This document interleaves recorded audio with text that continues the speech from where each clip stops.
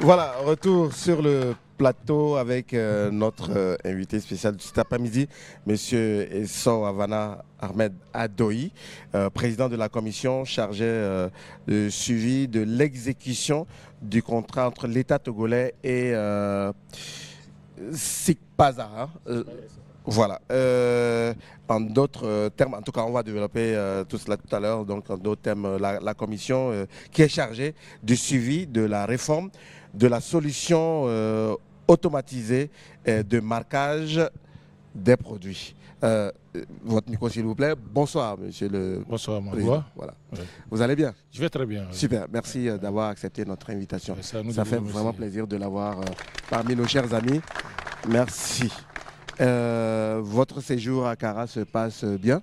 Très bien, dans une belle ambiance des événements avec le rythme du terroir. Oui. Voilà. Vous étiez à la finale de PIA, ça s'est bien passé? Oui, une belle finale que nous avons vraiment appréciée. Très bien. Oui. Maintenant, nous allons parler réforme. Réforme sur justement le marquage fiscal sécurisé qui est entré en vigueur au Togo depuis le 1er septembre 2020. Exactement. Voilà. Donc, est-ce que vous pouvez, Monsieur le Président, nous rappeler et rappeler aussi à nos téléspectateurs en quoi consiste cette réforme et quels sont les objectifs poursuivis par l'État togolais? Oui, merci beaucoup, Magloire, de nous donner l'occasion de parler de cette réforme dans cette émission que nous saluons tous. Je la suis tout le temps. Merci beaucoup. Alors, je profite de l'occasion pour remercier le ministre en charge de la communication qui nous apporte son soutien à chaque fois qu'on le sollicite. La preuve, c'est pour cela que, Magloire, tu nous invites aussi à cette émission. Merci beaucoup. Donc, la solution automatisée de marquage, c'est quoi? C'est que, vous savez, le président du Conseil, son Excellence Fort-Ressources Zenania Singbe, est très regardant des best practices dans les autres pays. Pour dire que c'est les pratiques qui ont donné des résultats dans les autres pays. Voilà. Alors, c'est dans ce sens que il a introduit une réforme qu'on appelle solution automatisée de marquage. Il s'agit de quoi? Vous savez, dans un pays, lorsque vous voulez réguler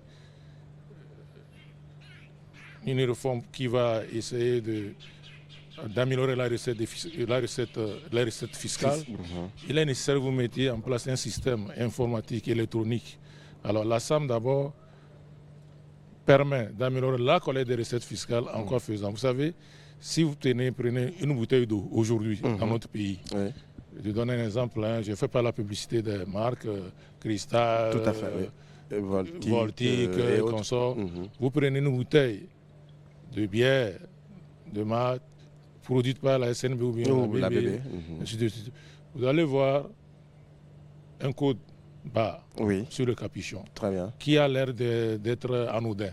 Mais au fait, c'est un code barre qui, lorsque vous scannez, vous avez toutes les informations relatives au produit, au producteur, à l'origine du produit, sa date de fabrication, la date de péremption.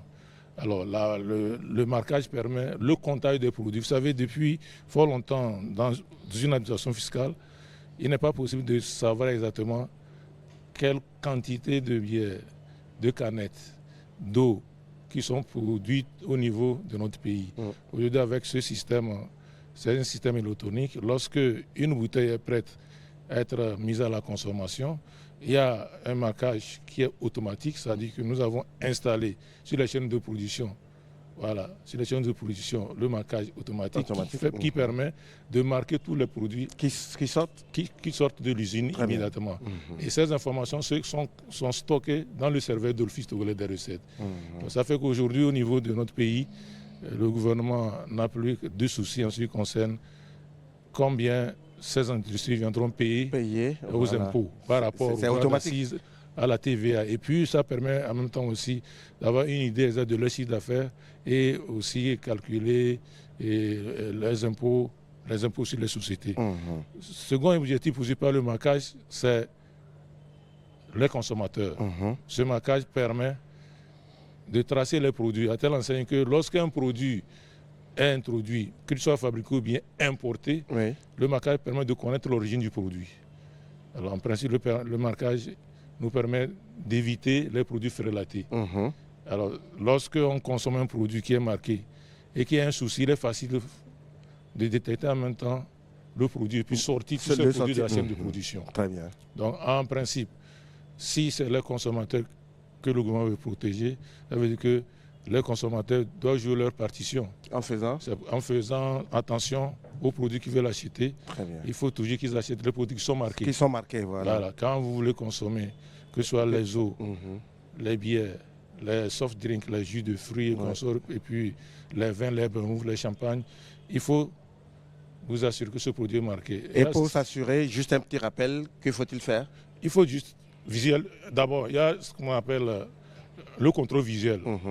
Tout à l'heure, lorsque vous prenez, j'avais dit tantôt, lorsque vous prenez une bouteille d'eau, par exemple, vous allez voir si ce n'est pas sous la canette ou bien sous le capuchon, vous allez voir qu'il y a un code barre qui est différent du code barre commercial. Très bien. Le code barre est sur le capuchon. Okay. Et maintenant, si vous prenez une bouteille de vin aujourd'hui ou bien une bouteille de champagne, lorsque vous rentrez dans le supermarché, vous allez voir qu'il y a une vignette qui est collée voilà, sur les capuchons des bouteilles. Donc, d'abord, c'est ce qu'on appelle le contrôle visuel, voilà, qui ne demande pas beaucoup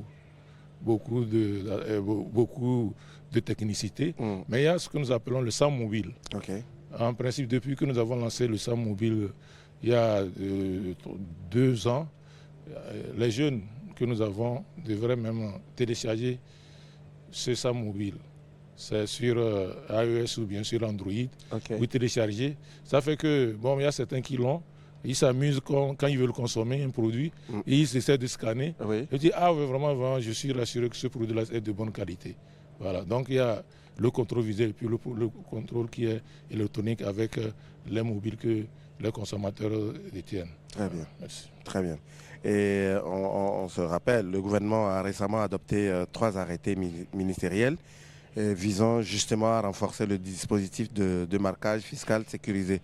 Dites-nous, Monsieur le Président, les principales innovations introduites par ces textes et quelles sanctions prévoit-il en cas d'infraction liée au marquage des produits? Voilà. Qu'est-ce qu'on peut retenir? Merci, justement, puisque depuis que la réforme a été mise en œuvre au 1er septembre 2020, nous n'avons fait que de la pédagogie. Une réforme ne peut pas marcher sans sanction. Très bien. Alors c'est une réforme régalienne. Voilà. À un moment, les importateurs et les producteurs ont comme l'impression que vraiment le gouvernement ne suit pas. Oui. Alors donc, l'autorité... on prend des mesures, mais il n'y a pas de suivi. Il n'y a pas de suivi. Voilà. L'autorité a décidé de prendre un arrêté ministériel qui a été signé par le ministre en charge du commerce et le ministre en charge des finances. Voilà. Pour réglementer les sanctions. Aujourd'hui, une bouteille ou bien une canette qui est concernée par le marquis n'est pas marquée est sanctionnée. Les sanctions varient de 50 000 à 10 millions. 50 000 à 10 millions. À 10 millions de francs CFA. Alors donc cela veut dire qu'aujourd'hui, même un consommateur qui constate qu'il y a une quantité de bouteilles qui sont vendues sur le marché, il a le droit de dénoncer. Il suffit seulement de s'adresser soit à l'OTR, appeler notre commission, nous avons les numéros, nous avons ce qu'on appelle un centre technique de suivi qui est là avec permanemment 24 heures sur 24. Il peut appeler pour dire, mais je suis allé sur tel marché, je suis allé dans tel supermarché, j'ai constaté qu'il y a certains produits qui ne sont pas marqués, et puis vraiment on viendra prendre des mesures pour sanctionner. Il y a le deuxième arrêté, et là, lui, il fixe les prix des petits contenants. La réglementation n'avait pas pensé aux petits contenants, puisque le marquage a un coût. Alors les producteurs ont estimé que s'ils veulent payer le coût du marquage des grandes bouteilles au même type que les petits contenants, vraiment, ce serait très coûteux pour leur économie. Alors le gouvernement a pensé réduire les coûts des petits contenants pour permettre aux importateurs et producteurs de ces produits de pouvoir aussi être dans le champ d'application du marquage. Très bien. Le dernier arrêté qui a été pris, c'est qui est en même temps une annonce. En dehors des produits de consommation, le gouvernement veut marquer les produits pétroliers.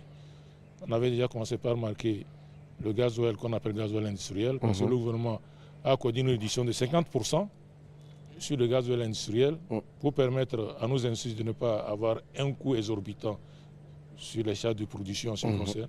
Voilà, c'est une subvention, oui. pas son nom. Ça veut dire que si une industrie devait payer 1 million de droits de douane sur le gasoil qu'elle achète, elle bénéficie de 50% de réduction. Donc cela veut dire payer 500 000. Très bien.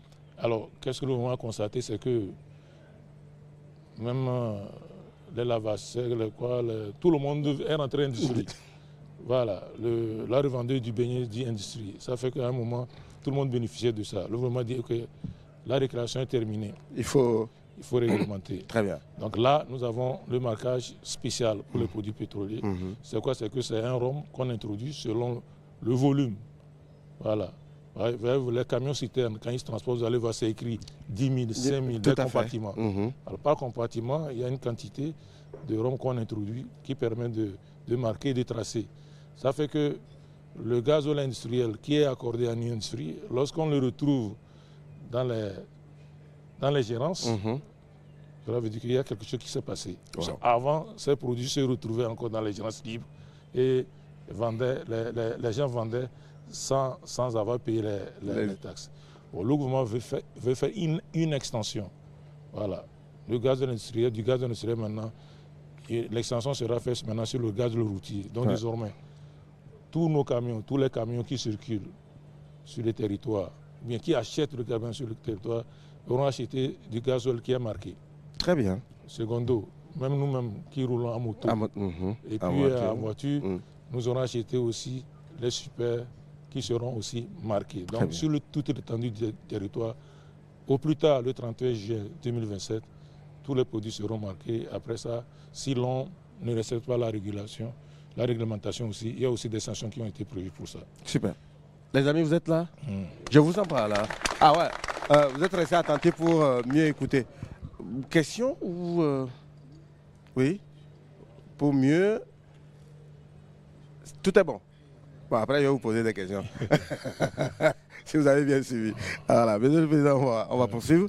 Et depuis plusieurs mois, la commission que vous présidez mène des missions de contrôle et de sensibilisation sur l'ensemble du territoire national. Dites-nous, quels sont les principaux constats issus de ces missions? Est-ce qu'il y a des difficultés qui persistent? Est-ce qu'il y a des avancées? Oui, merci beaucoup, Magloire. C'est encore une très belle question. Vous savez, le marquage fiscal automatisé est sous la responsabilité du président du Conseil. Voilà, à chaque fois, ils nous donnent des instructions et puis nous sommes obligés de les exécuter.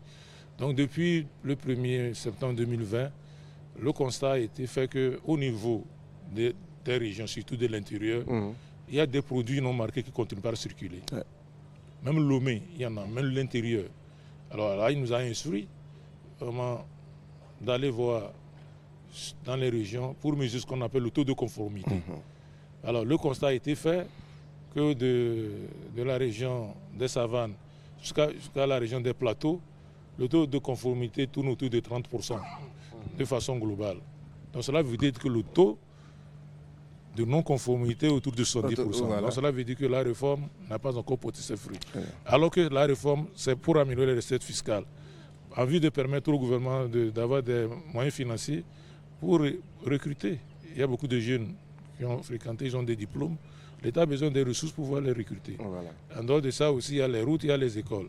C'est seules les recettes fiscales qui permettront d'engager toutes ces dépenses. Il y a aussi la santé des populations. Donc, alors, par rapport à cela, le constat est clair. La réforme n'est pas encore bien assise au niveau des régions, de notre pays. Et c'est le constat que nous avons fait lorsque nous avons fait tout le tour. Bon, Lomé, comme nous sommes constamment à Lomé, le taux de conformité est autour de 60%, 60-65%. Ça veut dire que le taux de non-conformité tourne autour de 35%. Voilà la différence.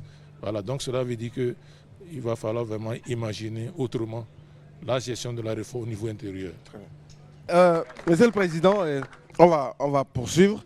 Le mercredi dernier, vous avez procédé au lancement officiel de l'antenne régionale de la commission ACARA.